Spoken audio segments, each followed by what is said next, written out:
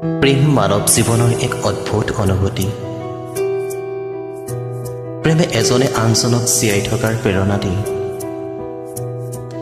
প্ৰেমে উন্মাদ জনতাৰ উন্মাদনৰ উন্মেষণ ঘটাই অনুভৱৰ দলিচাত লৈ আহে আশাৰ বতৰা। প্ৰেম মাথো দুটি মনৰ মধুৰ মিলন, প্ৰেম যেন ঈশ্বৰ সৃষ্ট। ভগৱান শ্ৰীকৃষ্ণইও প্ৰেম কৰিছিল, আমিও প্ৰেম কৰোঁ, ময়ো প্ৰেম কৰোঁ। তেন্তে প্ৰেমৰ ৰণাংগনত আমিবোৰ প্ৰতাৰিত কিয়? প্ৰেম যদি সঁচাই ঈশ্বৰ সৃষ্ট, তেন্তে ঈশ্বৰে সম অধিকাৰ নকৰিলে কিয়? নাৰীকে অগ্ৰাধিকাৰ দিলে কিয়?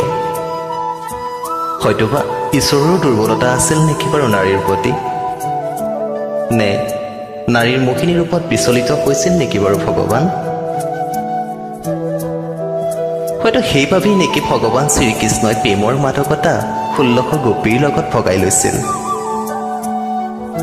হয়তো ভগৱান শ্ৰীকৃষ্ণই আৰম্ভ কৰি গ'ল প্ৰেম ৰণাংগনৰ এক কলংকিত অধ্যায়।